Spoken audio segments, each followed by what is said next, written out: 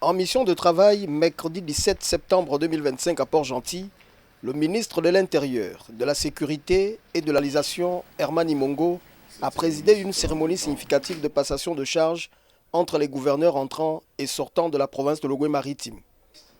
Cette cérémonie, marquée par une sobre organisation au sein du gouvernorat de Port-Gentil, s'est tenue en plein début de campagne, reflétant un engagement de la continuité institutionnelle, même dans les périodes politiques intenses. Herman Imongo a ensuite procédé à la passation symbolique de charges entre le gouverneur sortant, Jean-Robert Nguemanan, et sa successeur, Françoise Asengo-Nobam. Cette étape a été suivie par la signature du procès verbal marquant la rupture officielle des charges, actant ainsi la transition. Dans un moment empreint de respect et de reconnaissance, le ministre a également rendu hommage au travail accompli par le gouverneur sortant. Monsieur le gouverneur, vous avez assumé vos charges avec rigueur administrative, sens aigu du devoir et engagement indéfectible pour l'intérêt général.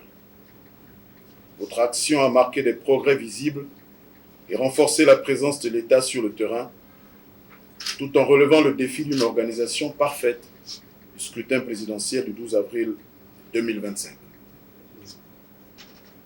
Au nom du gouvernement de la nation, soyez assurés de notre reconnaissance pour vos services rendus.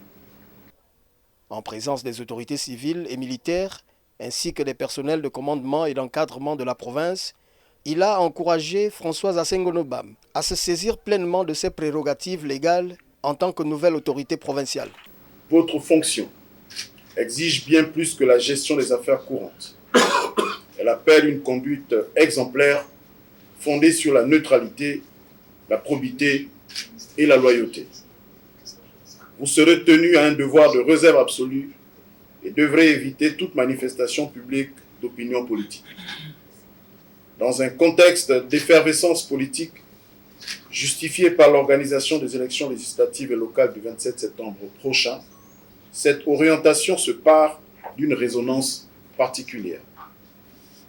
Votre autorité devra s'exercer avec rigueur, mais aussi avec une écoute attentive et un esprit de concertation. Vous aurez à collaborer étroitement avec les élus locaux, les forces de défense et de sécurité, les opérateurs économiques et la société civile. Françoise Asengo-Nobam, nommée lors du Conseil des ministres en sa séance du 8 septembre dernier, a affirmé prendre ses fonctions avec un sens aigu du devoir et des engagements clairs. Elle a promis de travailler en étroite collaboration avec toutes les forces vives de la province pour consolider les acquis de la localité, qu'elle aura désormais la charge de diriger.